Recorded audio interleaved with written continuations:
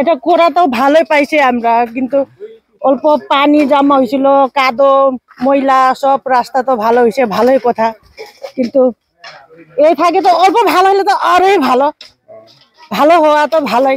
কিন্তু সরকারের বিপিএল সরকার ভালোই হয়, ভালোই করে দিলে তো ভালোই আসে, আরো ভালোই হবো, আরো বনাই আসে, আরো আরো ভাল করে বানাইলে আরো ভালো। কি কম, আরো আমরা গাঁয়ের মানুষ তো ভালো হলে তো ভালোই।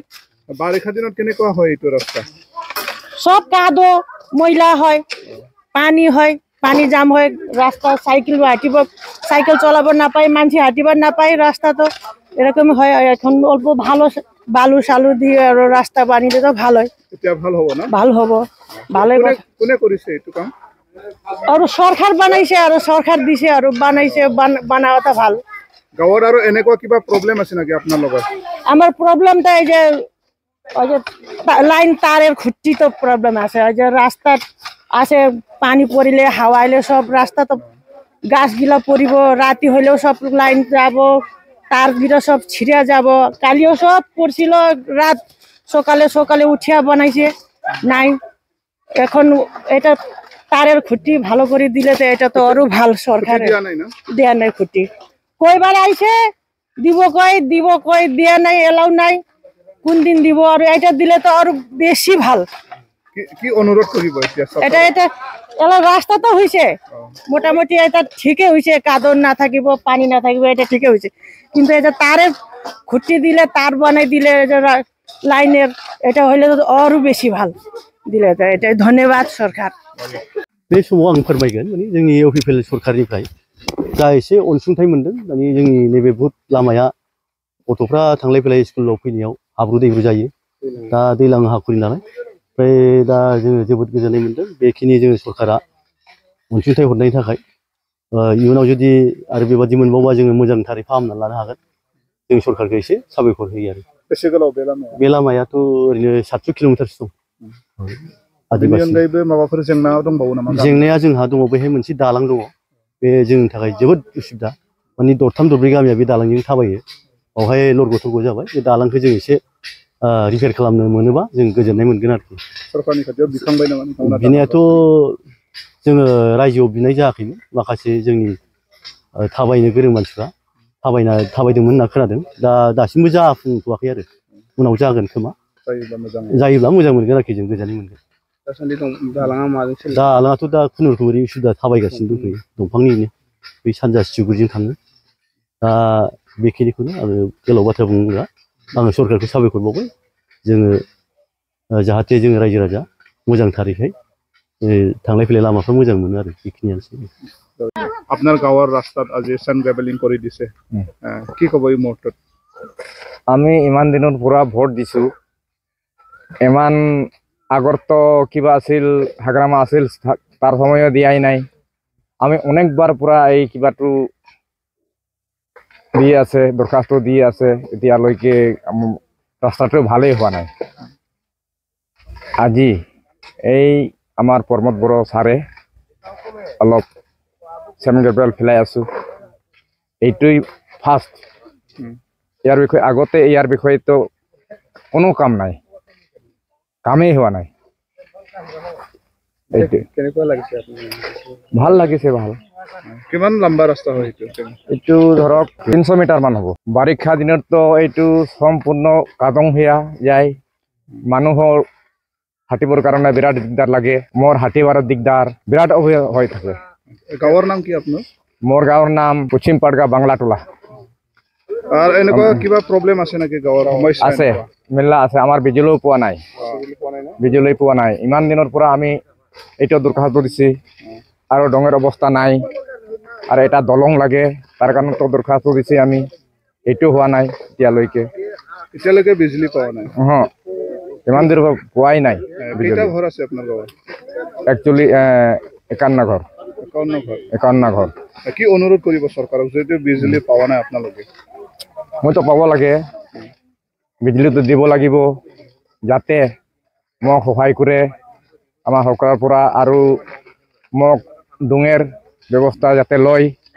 আৰু এটা কথা, আৰু ডোঙৰ অৱস্থা এতিয়াতো ধৰক ডোঙৰ অৱস্থা নাই, আৰু এটা দলং লাগিব, মানুহ বৰ্ষা সময়ত আমি পাৰ কৰিব নোৱাৰে তাতে হাল মাৰিব কাৰণে যোৱা ৰাস্তা নাই ডোঙৰ অৱস্থা খাৰাপ যে মানুহবিলাক আমাৰ কেনেকুৱা চলে আপোনাৰ আজি বিজুলীৰ কাৰণেতো আমি নিজে কোনোবা বাতি জ্বলাই কোনোবা চলাৰ লৈছে সৰু সুৰা এনেকৈ মই চলি আছো ল'ৰা ছোৱালী এনেই আন্ধাৰত থাকে পঢ়িবৰ কাৰণে দিগদাৰ হৈ আছে সম্পূৰ্ণ আমাৰ অসুবিধা হৈ আছে একোই পোৱা নাই বিজলী পালে ভাল হ'ব ন বিজুলীটো পালেতো ভাল হ'ব যাতে আমাৰ চৰকাৰে যাতে আমাকে সহায় কৰি দিয়ে আমি এইটো অনুৰোধ কৰিছোঁ क'क्राझारनि गुबुन गुबुन जायगाफोराव फिसा फिसा लामाफोराव सेन्ड ग्रेभेलिं होनाय हाबाफारि मा उद्देश्यजों बेफोरबायदि लानाय जादों नोंथां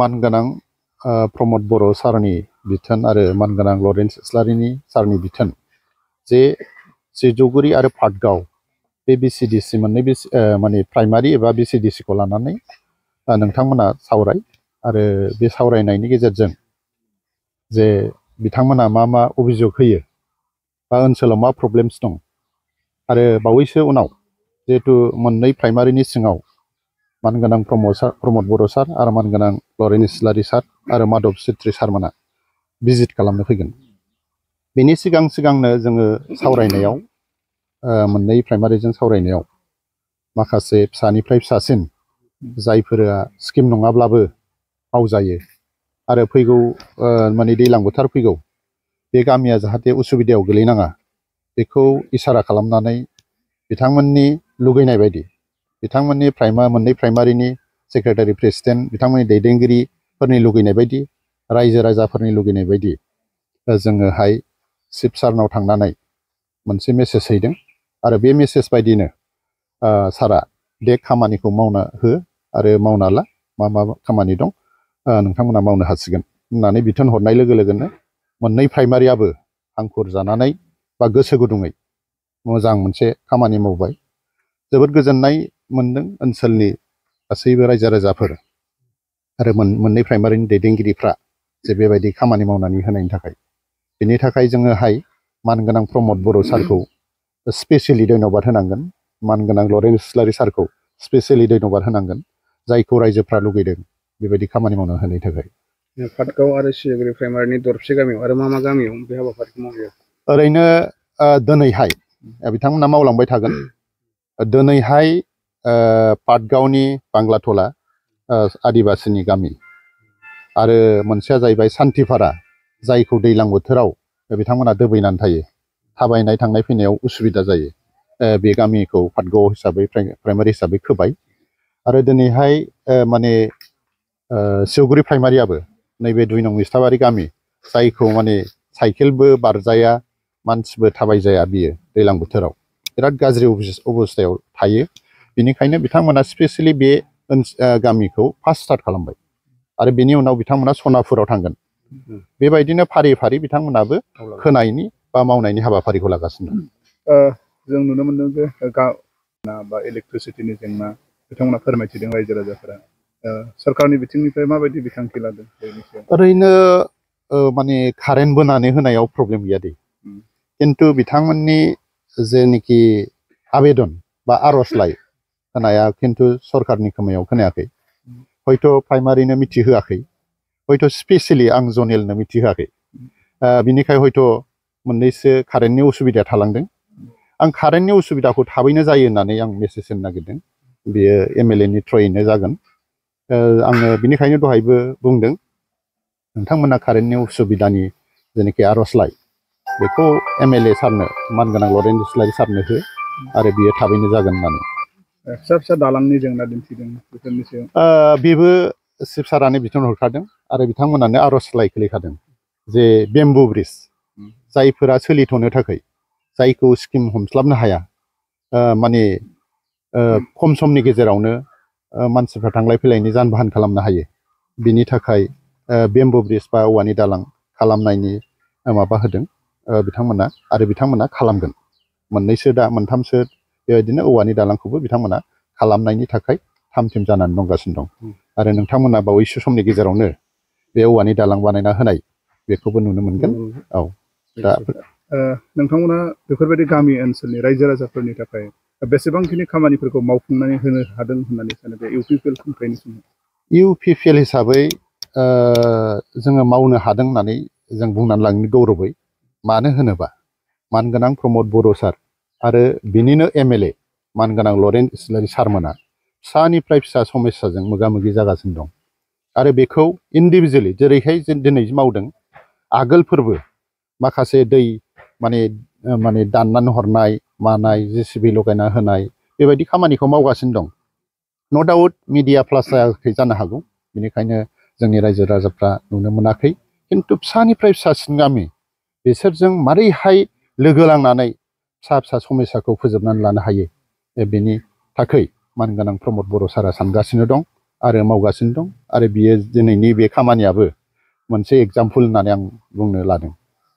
जे समाव क'क्राझार जिल्ला UPPL हिसाबै बेसेबांखिनि साखाफारा आरो रायजोनिफ्राय माबायदि मदद मोनगोनखौ मिजिंथिदों नोंथाङा? दिनैनि थारिखआव क'क्राझार जिल्ला हिसाबै मिशन 6 हिसाबै जों खामानि मावगासिनो दं आरो बेबायदियैनो मोनफ्रोमबो गुबुन गुबुन हान्जानि जेनोखि कर्मिफ्रा बा दैदेनगिरिफ्रा UPPL आव हाबफैगासिनो दं। दा नोंथांमोनाथ' नुदों जे खाम्फा बरगयारि बिथांमोन जयेन जाफैनायखौ आरो सेन्ट्रेल BCO निफ्राय आराम्भ खालामनानै गुबुन गुबुन नेताफ्रा लोब लोब माने दै दाहारफोर बायदि जयेन जाफैनायखौ हयथ' नोंथांमोना मिथिगौ। दा बेफोरखौ नायोब्ला रायजो राजाफोरनि अनसायनायखौ नायोब्ला जोङो 6थायावबो 6था क'क्राझाराव देरहागोन होननानै जों आसा खालामनो हायो।